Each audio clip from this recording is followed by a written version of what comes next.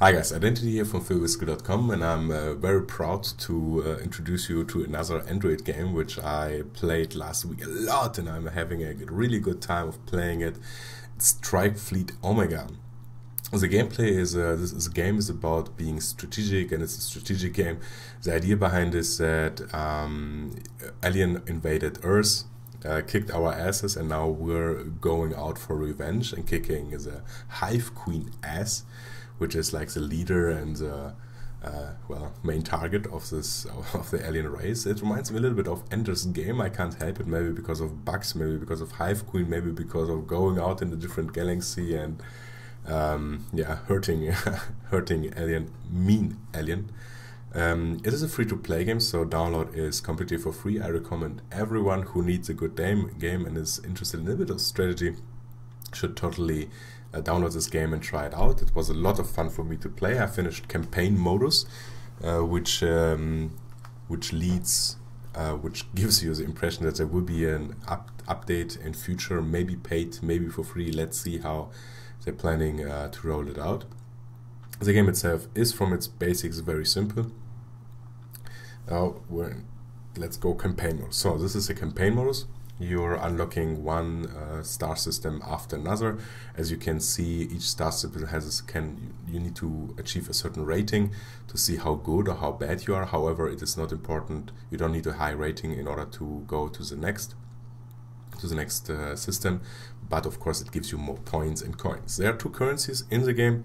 The one is the alloys, which is a yellow cross thing in the left top corner, sorry, and the other one is a mega cred. Let's call it just credits to be easier.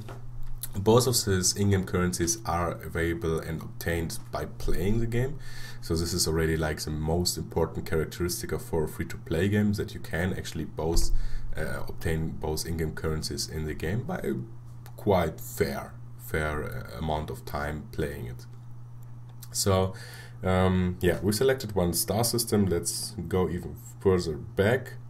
Interesting enough, I feel like that the star system, even if you go back and they adapt to your new state. So you always have to do something. If you hunt for the higher rates, the enemies are getting stronger, so it won't get ever too easy to obtain those. The game itself is medicore difficult. I didn't find it too difficult. There were, of course, missions sometimes which you have to repeat to find a better or adaptable strategy to what the enemies are sending against you, but overall I think it's quite fair. So before you are getting put into the battle, this is your overview over all the ships which you can actually have with the option of the ships which you have already to upgrade them and buy, of course, new classes as you wish, as you need. As you can see, some of them are bought by alloy, whatever the free currency, and some of them by their credits. As I said, both currencies are obtained in-game, so you can potentially buy every ship in the game by just playing the game. So that's it. So we're going further, we're not talking too much about it. The next screen before you go into the battle is you can activate certain perks which will give you certain advantages in the game. Those perks are, the first one is free in a campaign modus, and every other perk costs you 1 or 3 credits, which is quite okay, but you don't have to activate them. It will definitely help you in campaign modus to be easier, but there is no need to. I completed the whole campaign modus without using any of those credits perks for the further matter. Of course, it helps you to adjust quite to the strategy you want to have. If you know that, of course, in a certain mission you will need certain ship types to protect you against enemies or defeat them more easily, you will select a certain perk. Usually I just go with double. Oops, now he wants to pay me. No, I don't want this. Go away. Usually I go with double XP or with grizzled ore miners, which gives me more faster income, which I find most efficient in most of the levels. And with the next mission, we're already warping in. This is your mothership in the middle of the screen. which has already starfighters in it, and it has miners. All the ships besides artillery which you can buy have all using certain starfighters, which you can send out in order to engage enemy alien ships. And the miners are automatically going to farm your minerals which you need to warp in additional ships, because you have, when you press on the bottom right corner, the arrow button, you can warp ships. You can maximum have 6 ships around your main ship. And of course you need to choose wisely which one you're warping in, because certain ships are good against certain alien types, and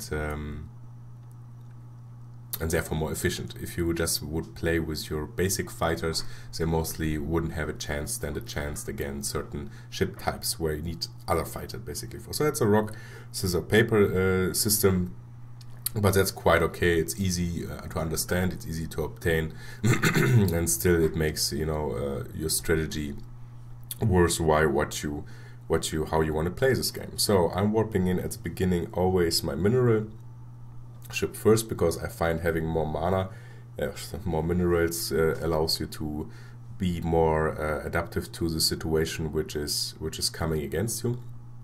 As you can see, the system how you actually play this game is by tapping the green button where your ship's types are. Blue is always for the miners. Every other color is for the type of ship types you can send out. You're tapping on the button, then you're dragging over the screen, making like and selecting the flight route which you want to have. And your starships will fly over this through this selected path and engage everything which comes their way. Of course, as a strategy, you need to be a little bit more careful, because if you send out your starships a little bit too far and then enemies are approaching your main mothership, they need to fly back. So be careful where you're sending them to. The next ship types are engaging me already, so I will need interceptors to counter those. And again, same system. I'm tapping the little button and let them engage, let them fly in this direction. Booms. And as you can see, they're dropping alloy, which is the in-game currency, the main in-game currency. Ooh, I got already the big mothership, so I need to have bombers at this point. Tapping, selecting the road. Of course, the game gets a little bit more fast, so you need to be faster with prefacing everything, adapting to the situation. And what is very strong, particularly strong in this game, is the artillery ships, which are on the very bottom. And you can activate those cannons by just simply tapping on the screen, so you can snipe certain ships just off. Those artillery are quite well against all ship types besides the ships which are shielded. You're not doing any damage against shielded ships, so you have to have a response, a different response to those, with bombers or with interceptors or whatever you choose to do. But as you can see, the system itself is quite quite easy. It's not too hard to understand how to play this game, yet it is very much fun and totally triggers you to play it more and more. So that's a basic option. We didn't see a mega credit, drop so far, so it would be too much luck that one appears right now. There are little balls sometimes which can only be engaged by your artillery, and when you kill them off, they drops those credits, those red credits. So let's go back. So this is a campaign modus. Again, totally recommend everyone should play this game. It's a really cool game, really fun to play. And what they as a end game content, they have the survival modus, which works a little bit differently. For example, where's an overview? Oh, good. Somehow something doesn't work here. There it is. So in the survival modus, certain things are different. For example, in campaign modus you have one perk free, and the perk is throughout the whole mission active. In survival modus, every perk is 10 minutes only, and every perk costs from the beginning credits. This means that someone who invests money, of course, has it far easier in the survival modus to reach high in the leaderboard rankings. it would be far easier. However, you can, as a free-to-play, as a free player, free consumer, you can totally collect those credits on your own in the campaign modus, and then go into the survival modus and go quite far ahead. So as you can see, the start is the same. You can upgrade your ships here. You can buy a new ships type if you need them. Here is an overview for the perks, which every perks has a different amount of credits which you need to invest in order to access them. I won't do this for now because I don't want to spend any credits. I'm collecting credits. And as you can see, it's actually not 10 minutes, it's 4 minutes of gameplay. Those perks are working. After that, you need to rebuy them or go ahead without them. So the mission starts, however, the same way. You're warping, start please. You're warping in with your mothership. You're selecting, you can already have 170 alloys already, from minerals from the beginning. So you're selecting your first ship which you want to have. As a difference to missions, missions in campaign modus, asteroids and minerals are moving through the screen, so they're appearing always new and vanishing. So the first, getting the minerals into your ship, it takes a little bit longer. As soon as this moves closer, it will be far easier. But the system is the same.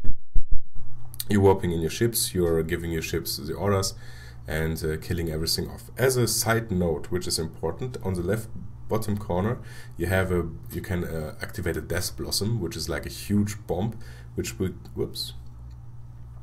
kill everything off on the screen, which you see. So you can have a tabula rasa basically, and if you're getting into some trouble, you just activate it and have a good time watching all these enemy alien ships burn. However, it costs credits, so again, another credit thing which a paying user will have an advantage over a non-paying user. But again, you can collect those in campaign modus, so I think it's totally okay to have such an option. A company needs to have some income, right, to produce good quality games.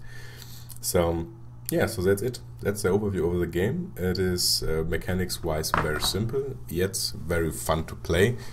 So please download it. Please support those developers. And I'm not saying this because I have a deal with them or whatever. I believe that if you have a good quality free-to-play game which is fair in terms of free-to-play, you should support those games if they're fun for you, because we want to produce more of those games. all those bad developers who doing free-to-play, which is in the end pay to win, they don't deserve to go up. So we need to support developers who are producing games which are fair to the customers, and this is one of them. So if you like it, share it on Facebook, invest maybe a little bit money if you want to. I believe that they were going to do download content in future, which I think will be costing a little bit, maybe by in-game currency, maybe not. However, totally worth it. I'm a big fan of this game, so high five to the developers, and see you guys soon. So please subscribe for my own interest. Please subscribe, please like, please comment if you have something to say to me, different games which I should try out, or maybe you don't like my hairstyle. I don't know. Tell me. I need to tell, but definitely subscribe. We will have more awesome content coming up in future, so you will be up to date always with the latest and most awesome games for Android on the market. I'm Identity, and I'm out.